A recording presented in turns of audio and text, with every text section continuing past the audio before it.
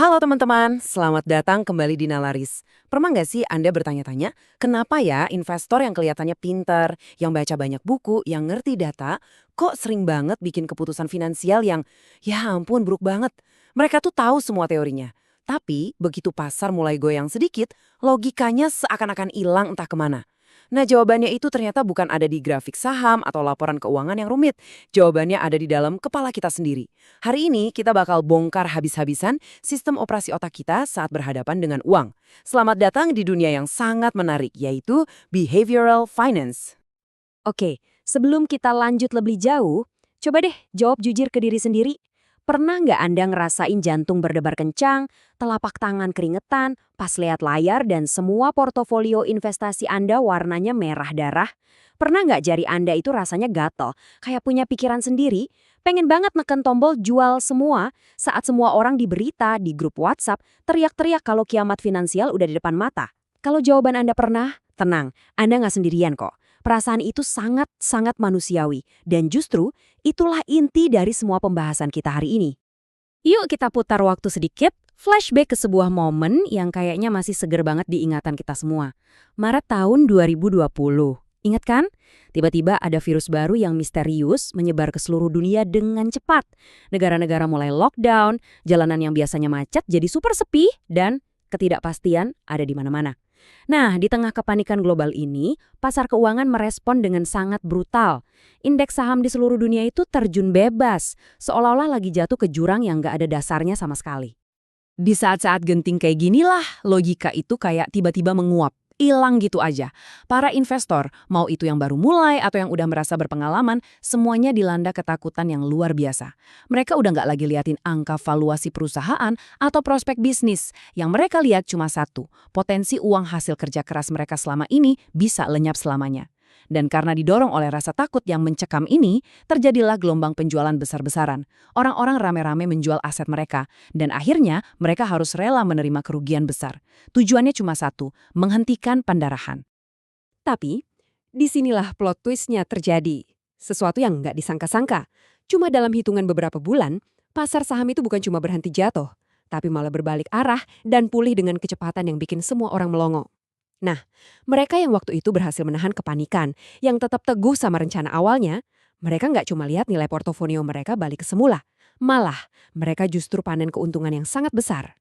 Dari sini, kita bisa tarik satu pelajaran yang super berharga. Musuh terbesar seorang investor itu bukanlah pasal yang naik turun, melainkan emosi yang berkecamuk di dalam diri mereka sendiri. Fenomena tadi itu, teman-teman, bukanlah sebuah kebetulan. Ada sebuah cabang ilmu yang memang khusus mempelajari kenapa sih emosi itu sering banget ngalahin logika kita kalau udah urusan duit. Ilmu ini tuh kayak jembatan yang menghubungkan dunia keuangan yang penuh angka dengan dunia psikologi yang penuh misteri. Dan ilmu ini dikenal sebagai behavioral finance. Inilah kunci untuk kita bisa memahami kesalahan-kesalahan yang sering kita buat, dan yang lebih penting lagi, gimana caranya supaya kita nggak jatuh ke lubang yang sama di kemudian hari. Jadi, apa sih sebenarnya behavioral finance itu? Kalau mau disederhanakan, ini adalah ilmu yang sadar betul kalau kita, manusia, itu bukan robot. Kita nggak selalu bikin keputusan berdasarkan logika murni 100%. Justru sebaliknya, keputusan finansial kita seringkali dibajak oleh emosi kita sendiri, rasa takut, serakah, panik, sampai euforia yang berlebihan. Coba deh bayangin kayak gini. Anda pergi ke mall, niatnya cuma mau cuci mata. Tiba-tiba Anda lihat ada papan gede banget tulisannya diskon 70%. Otak rasional Anda mungkin bilang, kayaknya gue nggak butuh-butuh amat deh baju itu. Tapi emosi Anda, rasa seneng bisa dapat barang murah, rasa takut nanti kehabisan ukuran, langsung mengambil alih. Dan akhirnya, Anda pulang nenteng kantong belanjaan. Nah, pasar saham itu ibaratnya mal raksasa bagi para investor, dan emosi bekerja dengan cara yang persis sama. Oke, sekarang kita udah paham nih konsep dasarnya. Kita akan coba bedah lebih dalam lagi. Emosi-emosi yang tadi kita bahas itu nggak muncul gitu aja loh. Mereka itu muncul dalam bentuk jebakan pikiran atau yang kerennya disebut bias kognitif. Jebakan-jebakan inilah yang secara sistematis bikin kita salah langkah lagi dan lagi. Yuk kita kenalan sama musuh-musuh tak kasat mata ini satu persatu. Di layar ini, Anda bisa lihat 5 jebakan pikiran yang paling sering dialami investor. Kita bakal bahas 2 yang paling kuat dan paling berbahaya secara mendalam. Tapi kita kenalan dulu sama semuanya ya. Pertama ada loss aversion. Ini adalah rasa takut rugi yang berlebihan. Kedua, ada FOMO alias fear of missing out. Ini yang bikin kita beli pas harga lagi tinggi-tingginya. Ketiga, herd mentality alias ikut-ikutan orang banyak tanpa mikir, pokoknya asal rame aja. Keempat, overconfidence. Ini yang bikin kita ngerasa lebih jago dari pasar. Dan terakhir, confirmation bias. Ini yang bikin kita cuma nyari info yang setuju sama pendapat kita aja dan nutup mata sama info yang berlawanan. Oke, kita mulai dari yang paling viral dulu ya. Kita mulai dengan yang mungkin paling sering kita dengar, terutama beberapa tahun belakangan ini, FOMO atau fear of missing out. Ini tuh perasaan cemas, gelisah, yang muncul waktu kita lihat orang lain lagi senang-senang atau dapat untung gede, sementara kita nggak ikut serta. Dalam dunia investasi, FOMO ini adalah dorongan yang rasanya nggak bisa ditahan untuk beli sebuah aset yang harganya lagi meroket gila-gilaan. Bukan karena kita udah riset dan yakin sama fundamentalnya, tapi murni karena kita takut jadi satu-satunya orang yang nggak kebagian kue. Biar lebih kebayang, kita lihat sebuah kisah nyata yang sering terjadi. Kenalin nih, Tono. Setiap hari Tono buka media sosial dan isinya cuma sama. Teman-temannya pamer keuntungan dari investasi kripto. Ada yang pamer bisa beli mobil baru, ada yang liburan ke luar negeri. Tono mulai ngerasa gelisah, ngerasa ketinggalan kereta. Wah, gila, masa cuma gue sih yang nggak cuan? Pikirnya. Akhirnya, tanpa riset yang mendalam, cuma modal dengar cerita sukses teman-temannya, Tono memberanikan diri. Dia masukin sebagian besar tabungannya ke kripto, dan parahnya, dia masuk tepat saat harganya lagi di puncak-puncaknya, saat semua orang lagi euforia. Apa yang terjadi selanjutnya? Ya, bisa ditebak. Beberapa bulan kemudian, pasar berbalik arah. Harganya anjlok drastis dan separuh uang Tono lenyap begitu saja. Kisah Tono ini adalah contoh klasik gimana FOMO bisa jadi resep bencana finansial. Oke, sekarang kita bahas bias yang paling kuat. Bisa dibilang ini biang keroknya. Menurut para psikolog, inilah akar dari banyak sekali keputusan investasi yang buruk. Loss aversion atau keengganan untuk rugi. Konsepnya sebenarnya simple banget tapi dampaknya luar biasa. Begini, bagi otak kita rasa sakit karena kehilangan sesuatu itu terasa jauh-jauh lebih menusuk daripada rasa senang karena mendapatkan sesuatu dengan nilai yang sama persis. Biar kita bisa benar-benar merasakannya, yuk kita coba sebuah simulasi singkat. Coba bayangkan, Anda punya investasi senilai 100 juta rupiah. Oke? Sekarang, pikirkan dua skenario ini. Skenario pertama, besok nilai investasi Anda tiba-tiba turun 20%. Jadi tinggal 80 juta. Coba deh, pejamkan mata sejenak dan rasakan emosi yang muncul. Cemas kan? Nyesel, mungkin sedikit panik. Sekarang kita ke skenario kedua. Besok investasi Anda malah naik 20%.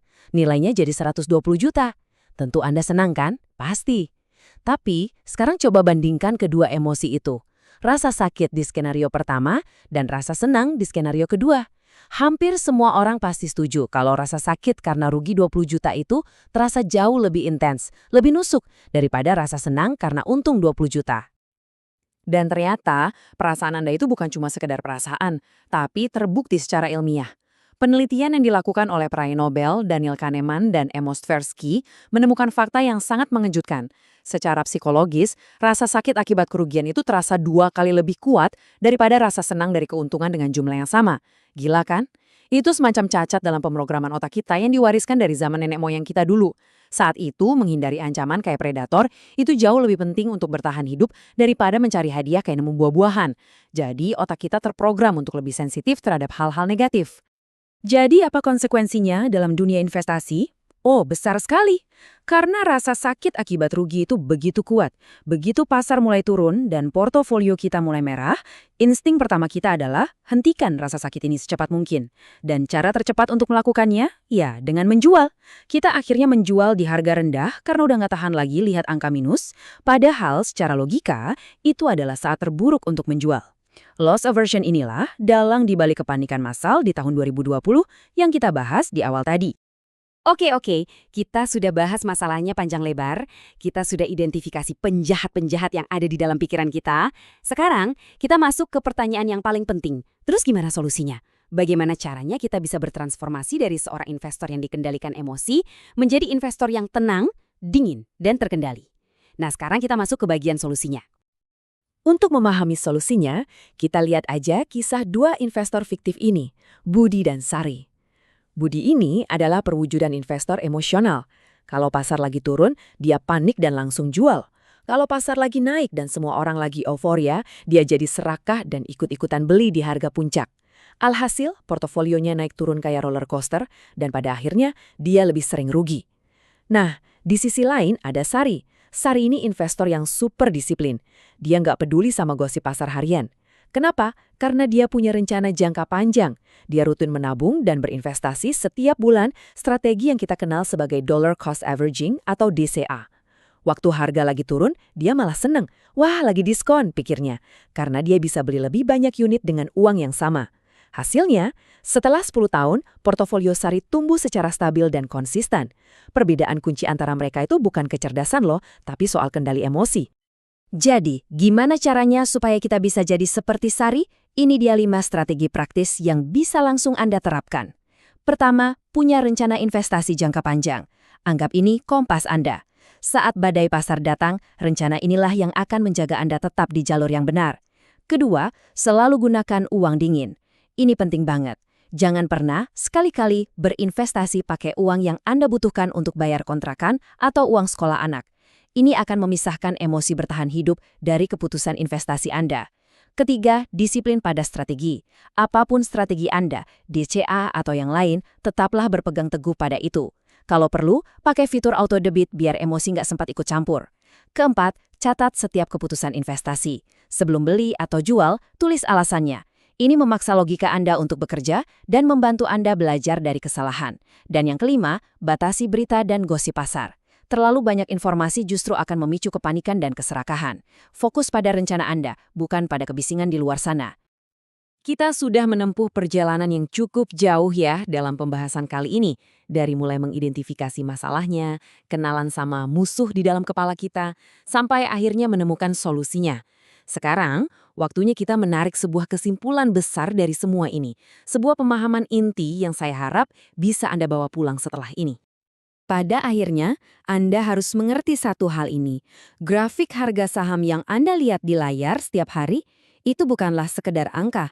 Itu adalah cerminan dari psikologi massa. Garis yang naik tajam ke atas, itu adalah representasi visual dari keserakahan dan euforia kolektif. Garis yang anjlok ke bawah, itu adalah cerminan dari ketakutan dan kepanikan kolektif. Kalau Anda sudah memahami ini, cara Anda memandang pasar akan berubah total. Anda tidak lagi melihatnya sebagai musuh yang harus dikalahkan, tapi sebagai sebuah arena di mana pemenangnya adalah mereka yang paling mampu mengendalikan diri sendiri. Dan ini membawa kita pada sebuah kebenaran yang paling inti. Investasi sejati bukan hanya soal otak, tapi juga soal hati yang tenang. Anda bisa jadi orang paling pinter, sudah baca ratusan buku, dan hafal semua rasio keuangan. Tapi, kalau kepanikan sudah mengambil alih, semua kepintaran itu tidak ada artinya sama sekali. Kunci kesuksesan jangka panjang dalam berinvestasi itu bukanlah menjadi yang terpintar di ruangan, tetapi menjadi yang paling tenang. Jadi, kalau ada 3 hal yang wajib banget Anda ingat dari obrolan kita hari ini, inilah mereka. Pertama, emosi adalah musuh utama dalam investasi, bukan naik turunnya pasar. Kedua, kenali jebakan pikiran Anda, terutama FOMO, yang mendorong keserakahan dan loss aversion yang memicu kepanikan. Dan yang paling penting, ketiga, solusinya itu sebenarnya sederhana tapi nggak mudah untuk dilakukan, yaitu miliki rencana, tetaplah disiplin pada rencana itu, dan prioritaskan ketenangan di atas segalanya. Sekarang giliran Anda untuk berefleksi. Dari semua bias yang kita obrolin tadi, FOMO, loss aversion, overconfidence, atau mungkin yang lain, bias mana yang paling sering Anda rasakan dalam perjalanan investasi Anda? Coba jujur pada diri sendiri dan bagikan pengalaman Anda di kolom komentar di bawah. Diskusi kita di sana bisa jadi pembelajaran yang sangat berharga loh buat seluruh komunitas Nalaris. Dan tentu saja, jika pembahasan kali ini memberikan pencerahan buat Anda, jangan lupa untuk menekan tombol like, subscribe, dan nyalakan lonceng notifikasinya ya, supaya Anda tidak ketinggalan pembahasan mendalam lainnya dari kami. Terima kasih banyak sudah meluangkan waktu Anda bersama kami. Semoga pembahasan hari ini bisa membantu Anda menjadi investor yang lebih bijak, lebih sabar, dan yang terpenting, lebih tenang. Sampai jumpa di penjelasan berikutnya dari channel Nalaris, tempat di mana rasa penasaran berubah jadi paham.